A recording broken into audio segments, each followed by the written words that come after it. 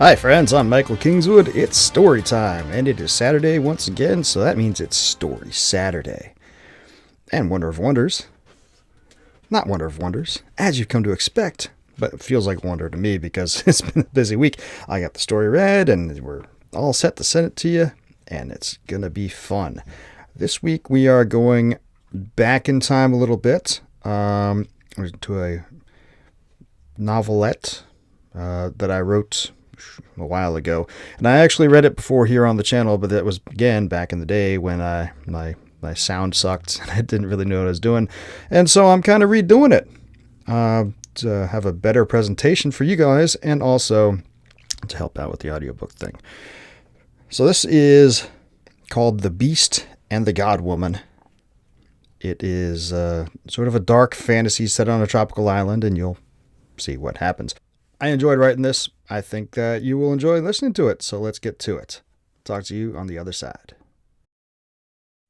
The beach stretched forth as far as the eye could see, a blazing strip of white sand that returned the sun's touch with a fire of its own, as though daring the sun to burn hotter.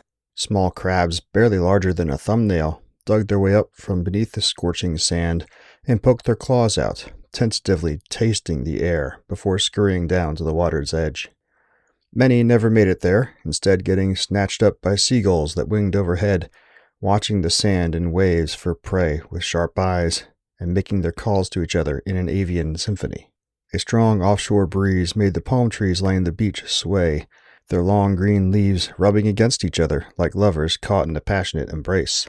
The same breeze drove rolling waves that collapsed over hidden breakers well over 100 paces from the beach, leaving only small ripples to lap ashore and cool the few grains of sand lucky enough to be within their reach. In the nearly still water, colorful fish danced around coral beds and through forests of swaying seaweed, content and sheltered from harm in their gentle lagoon. Or so the fish thought, but the breakers that created such peaceful conditions for them also allowed the gulls easy view of their prey in the water.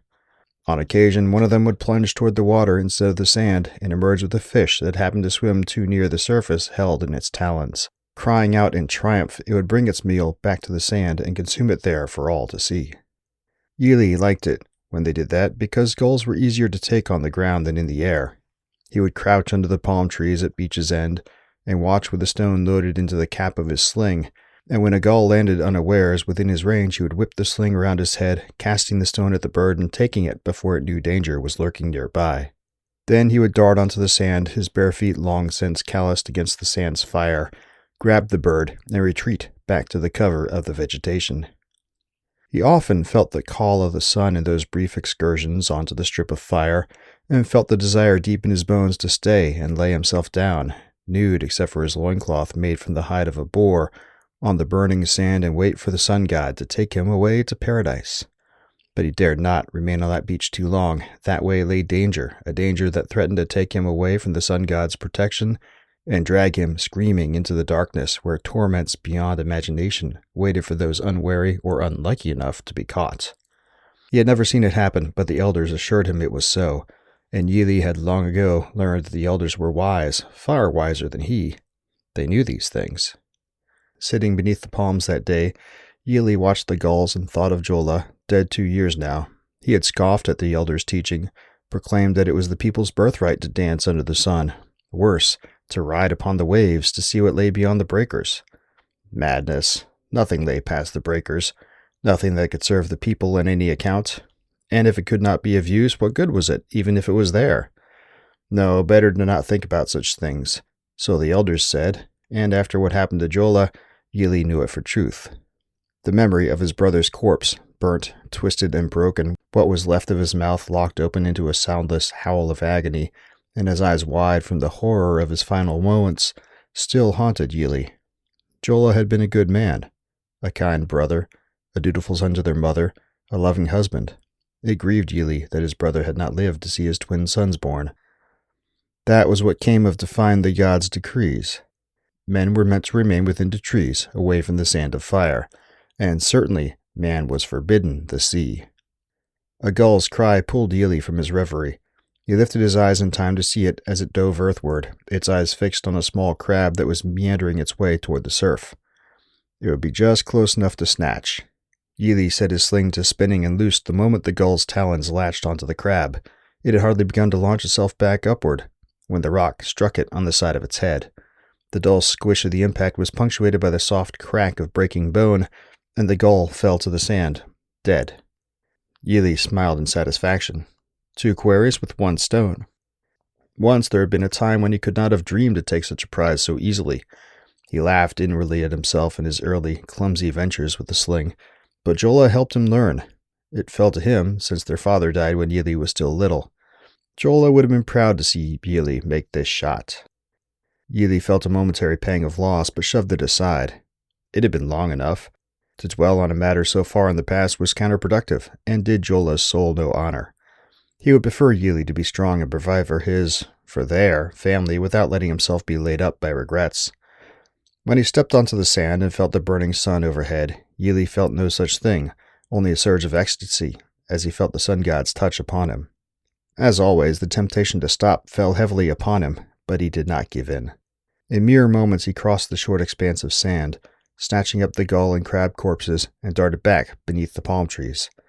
There he stopped for a moment to gather his breath and his wits. He could have sworn he saw something out of the corner of his eye as he darted back, something long and dark, nearly black in the blazing sunlight and the glare of the sand. But when he looked around from his position of safety, he saw nothing.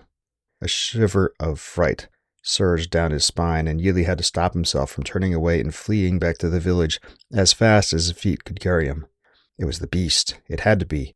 And yet, when he looked around, he could see no sign of the thing. The only tracks on the sand were his. Where the dark body lay on the beach, there was not the slightest disturbance. It was nothing, just his mind running ahead of him. Yili felt another impulse to flee to the village, but he forced himself to remain.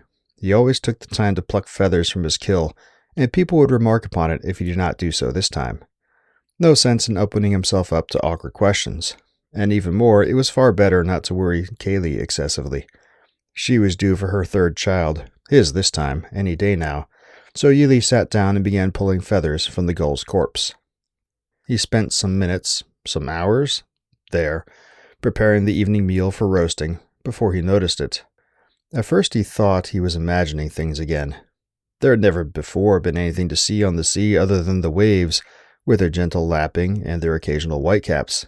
But sure enough, after Yili blinked his eyes and looked away for a half-minute, the thing remained there, bobbing along the waves as it made its way forward toward the island. What was it? It was white, like bleached driftwood, and had a tree growing out of it. Except the tree did not have palm fronds, like trees normally do.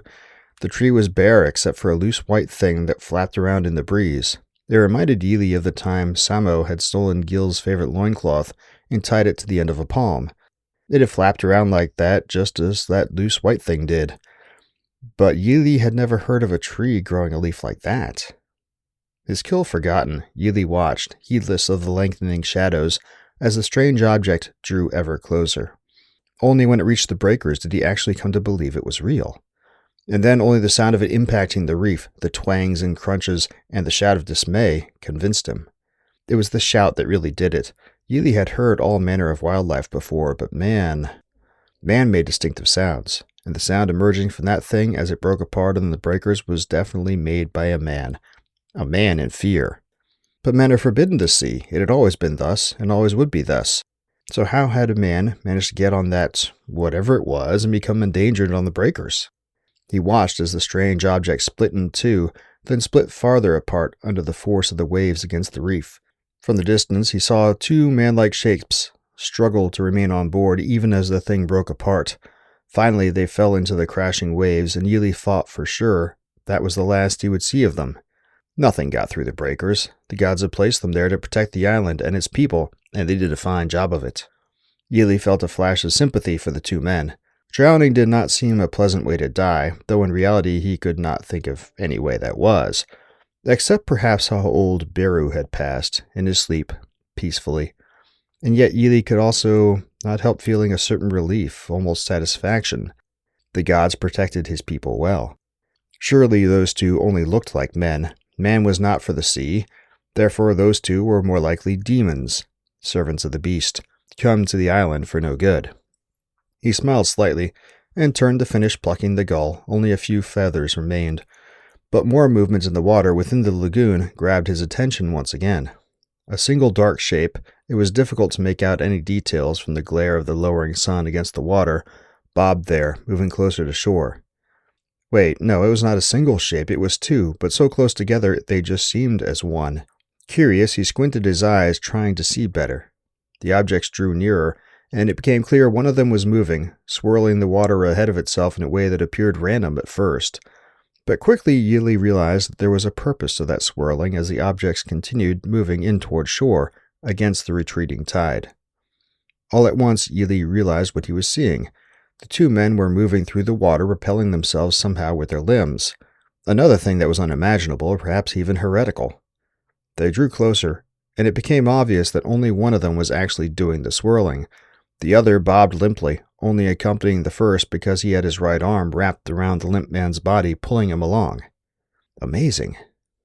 They should have sunk there beneath the relatively calm surface of the lagoon, but after just a few moments the pair reached the shallows near shore. The injured one continued to lie limply, while the other one pulled them both up onto the sand.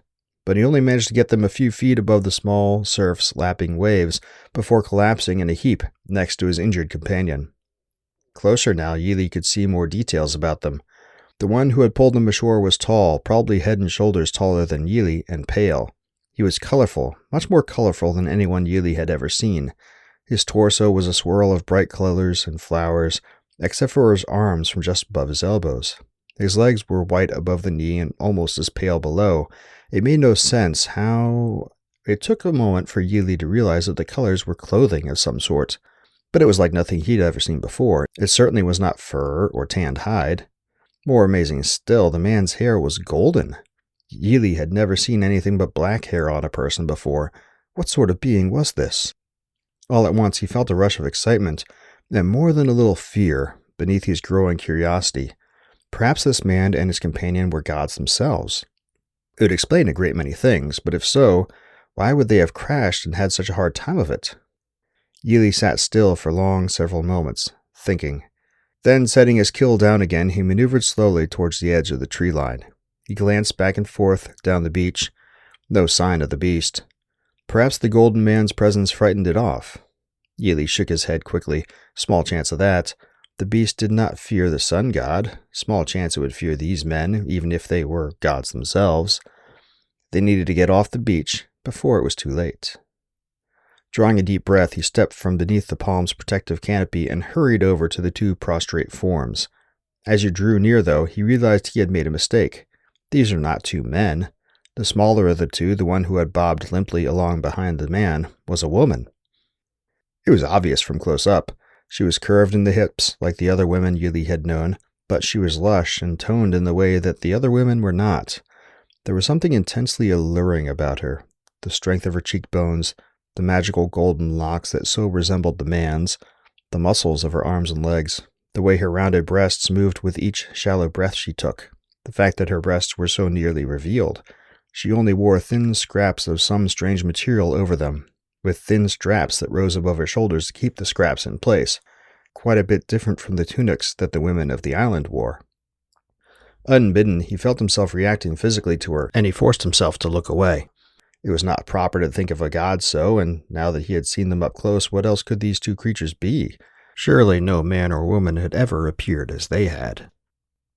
Just then, the man made a surprised sound, and Yili jumped. His heart pounded in his ears, and he lost his balance and fell onto his bottom. He winced at the feel of the hot sand on his skin, more tender there than on the soles of his feet, and he looked over at the man. He had awoken and pushed himself up onto his elbows, looking quizzically at Yili with deep blue eyes. He was clearly exhausted, but determination shone from his features as he took Yili's measure. The man spoke in a deep voice, saying something that Yili could not understand. But he could understand the question in the man's eyes. Who was he? Yili swallowed, then tapped his chest and said his name slowly. The man stared at him, then slowly sounded out the word as though tasting it. Then he nodded and pushed himself up into a sitting position and began to speak again. But again it was unintelligible, except that the man sounded very weary, frightened, angry, and ashamed, all at once. Yili shrugged slightly and opened his mouth to say how pleased the others in the village would be to meet two gods traveled from so far to visit. But something stirred in the edge of his vision, and his breath caught in his throat. All at once he became fully aware of the sun god's heat beating down, diminished as he approached the horizon, but intense all the same, of the movement of the crabs and the gulls, and of the sudden silence. The gulls were not calling as they normally did, and even the lapping waves seemed muffled. Again there was movement at the corner of his eye, and he whipped his head around to see, but there was nothing there except a vague impression of darkness fleeing from the range of his vision. The beast. Yili's blood ran cold and he sprang to his feet. After a moment he realized he was babbling, words spilling from his lips in a rush that left the man's eyes wide in confusion. They had to move, get off the beach. Yili pointed at the man, then the woman, then the palm trees, more like stabbed with his fingers, toward the trees as emphatically as he knew how. The man just looked at him in the way the people had looked at poor Sira when her mind left her. This time the movement was not just at the edge of his vision. Something dark flashed across the beach on the other side of the strange man, distant but obviously moving closer. There was no time. They had to get off the beach immediately. Yili bent down, took hold of one of the woman's wrists, and began pulling her toward the tree line. A bright flash of light overwhelmed his vision as something struck the side of his head, hard, sending him sprawling to the sand. Nausea surged upward, and he almost vomited. His ears rang and his vision swirled haphazardly for several seconds. When he finally righted himself and managed to prop himself up, the man was standing over him, his great hands clenched in fists and a fierce light in his eyes. Gods, he thought Yili was trying to make off with his woman. Slowly pushing himself to his feet, Yili shook his head emphatically and tried to explain. He gestured from the woman to the trees and then from the man to the trees, all the while saying how important it was that they leave and leave now. He could hardly believe that they had lasted so long now that he thought about it. The man's scowl only grew more deep as Yili spoke and gestured. He almost thought the man was going to attack him again. Then suddenly the man's face went slack, his eyes wide as his gaze moved from Yili's face to something over his shoulder. Then the slack expression turned to one of fright. He saw. The man let out a little whimper, bent over, scooped his woman up into his arms. Either she was lighter than she looked, she was certainly taller than Yili, and though without excess fat her toned muscles would add to her weight, or he was very strong. Not sparing Yili a glance, he began hustling toward the tree line. Not a moment too soon, Yili turned to follow him, trying to hold down the growing terror that clamored at his mind, and thanking the sun god they were finally moving. Then something black as night whipped past Yili and the man. It moved too quickly for Yili to see, except for the darkness of its presence. But whatever it really was, it struck the man at the ankles. He screamed in sudden pain, lurching forward and falling to the sand. His woman tumbled from his arms as he fell, landing in a heap next to him. The man screamed again, louder. Stunned, Yili saw that the man's feet were simply gone below the ankle. Only stumps remained at the bottom of his legs. Stumps that did not bleed. They were charred like overcooked meat. But unlike cooked meat, the odor they gave off choked the breath out of Yili's lungs and threatened, for the second time in as many minutes, to send him stumbling away for a place to vomit. But he did not. Somehow he knew if he gave in to that impulse it would be the end for him and the woman, as well as the man. Yili stumbled over next to the man and squatted down. He was all but mad with pain and terror, but he grasped at Yili's arm and gestured toward the woman, then the tree line, just as Yili had. Satisfaction threatened to overwhelm compassion for the man as part of Yili's mind scoffed at the man's desperate request. Had he but listened to Yili when he tried to help, they would all be safe now, not moving off to the left, and a flash of blackness helped Yili get control of himself. Forcing the shamefully scornful thoughts down, he nodded to the man and clasped arms with him. Then he turned and, grabbing the woman by her wrists, began dragging her away. The man tried to follow, dragging himself across the sand with his arms, but the end was never in doubt. Yili wished he could not see, but he was dragging the woman and had his back to the trees to get the most leverage. He could not help but see as a wave of black rose out of the sand and engulfed the man. His scrabbling fingers were not able to prevent himself from being dragged away. Down he went, into the darkness. His final scream was blood-curdling. Horrid. And then there was nothing but the sand and the lapping of the waves. Even the man's tracks had been wiped clean by the passing of the beast. Yili stumbled into the village, his burden grown so great that he could barely place one foot in front of the other. The shadows had long since grown into giants that quickly fled before the onset of twilight. The fires were lit in the pits, the torches placed in their holders around the village's perimeter, beating back the growing darkness. Everyone would be gathering for the evening meal, followed by games and songs or perhaps stories from one of the elders. The thought of that pleasant company, the joy of family and friends, was all that had kept him going these last couple hours. He halfway expected to be devoured as the man had been, but somehow he made it back to the tree line, where the beast could not touch him. It did not take long to decide that he could not simply drag the woman all the way back to the village. It was too far, and she would likely be injured in the process, so he had, mustering all his strength, scooped her up. She was not as heavy as he feared, but nor was she light, and he quickly found that he was able to travel more readily with her draped over his shoulder. That was until he reached the path up the island's central mountain. The people had good reason for locating their village up on the mountain's flank, not the least of which was that it placed them far enough from the beach and the beast that there was no worry of accidentally wandering too close. But the path was steep, difficult enough while not carrying a burden. Several times, Yili thought he would fall, sending himself and the woman both tumbling down the path and probably causing grave injury to both of them. But he made it. As he stepped into the circle of firelight that marked the village's boundary, his spirits lifted. For a moment, he almost forgot what had happened down on the beach. That didn't last. Yili's return sparked an immediate outburst of interest. At first because he had returned, and so much later than normal. Kaylee led the crowd of villagers rushing toward him, relief and joy on her face, but she stopped before reaching him, almost skidding to a halt as she beheld his burden. The others did as well. No one came within half a dozen paces of him. They all just stood there in a loose half circle, staring in surprise, curiosity, and fear at him and what he carried. Finally, the elders came forth. The crowd parted before their withered, powerful forms, younger men and women making respectful half-bows as they allowed the village's leaders passage. The wise ones looked at him severely, their eyes narrowed such that he could not read their expressions. But they said nothing. Yili swallowed. It was always thus when something was done that needed explaining. The elders never questioned, they simply watched with their eyes that missed nothing and waited for an explanation. Some of the youngest men among the people played a game. Who could hold out the longest beneath their gaze before confessing the truth? When he was younger, Yili had played that game too, fool that he was. To his knowledge, no one had ever lasted beyond a slow count to 30. After reaching 45, part of his mind screamed to Yili that he was perhaps even more foolish than he had been those years ago. Yili told the tale of his encounter on the beach. The people were taken aback, as he would have expected them to be.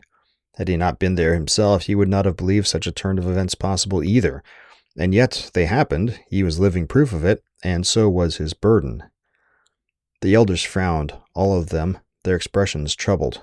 Then they retreated to confer amongst themselves, pausing only to tell them to place the strange woman down on a pallet in the hut nearest the central bonfire.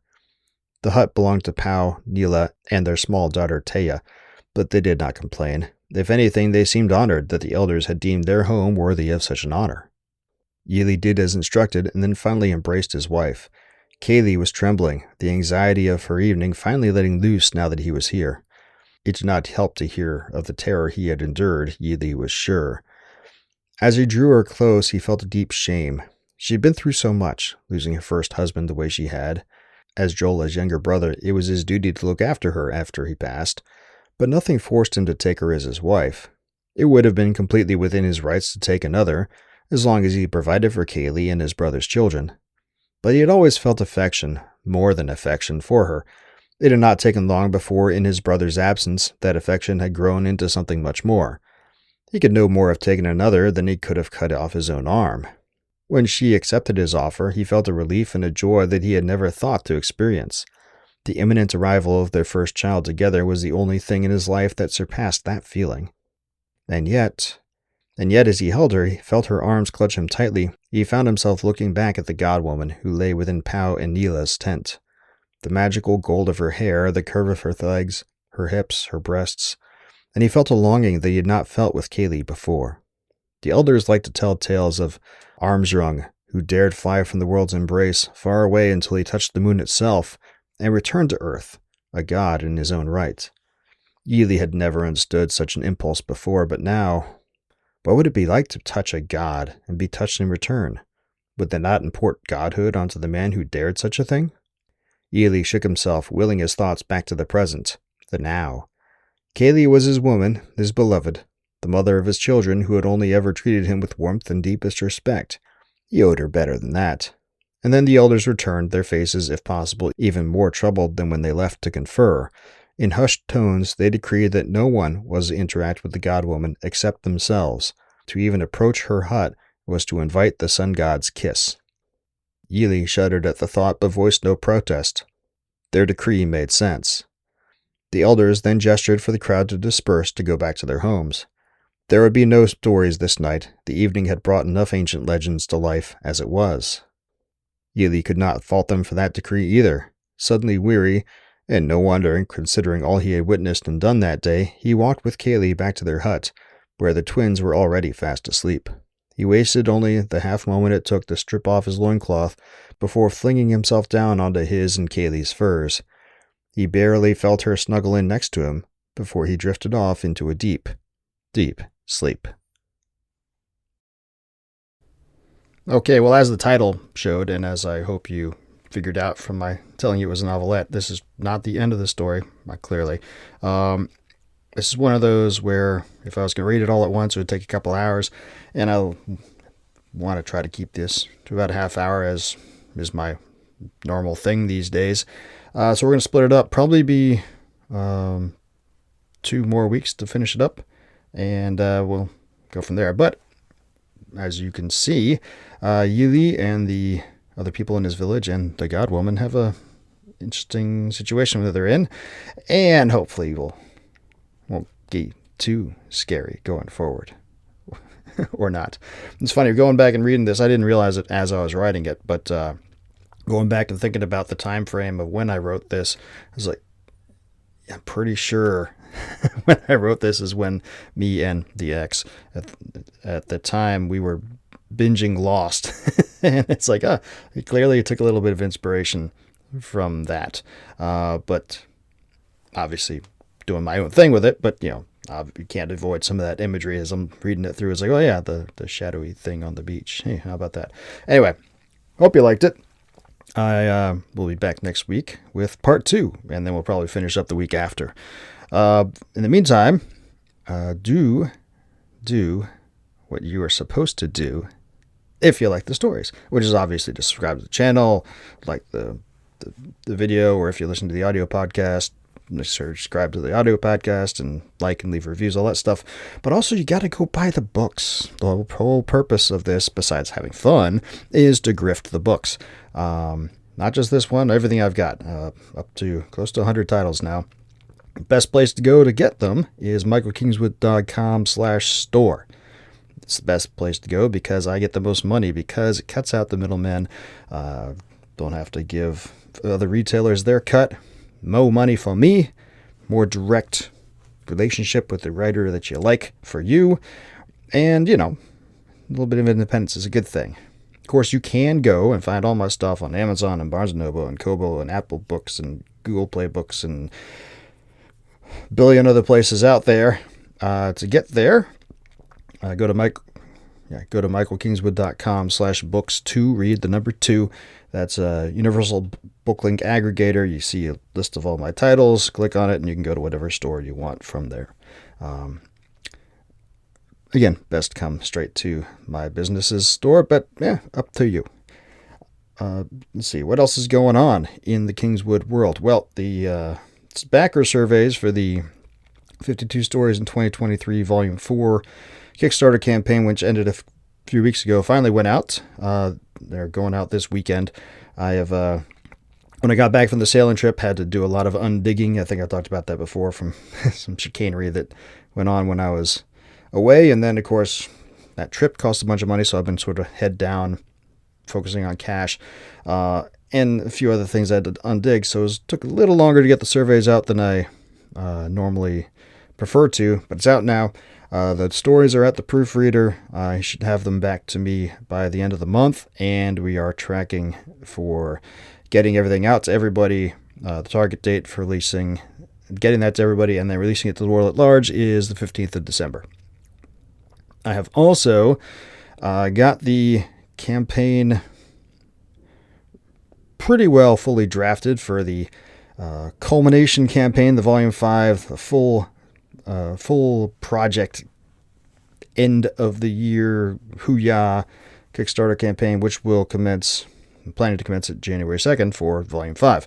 That campaign link is, obviously you can't back the campaign now, but there is a coming soon page that you can click on the little linky do and get notifications when it launches if you are at all inclined to help me out with that.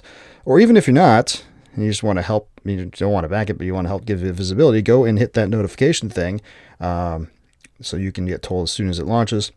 That also tells Kickstarter that people are interested in it and potentially prompts them to give more visibility to it.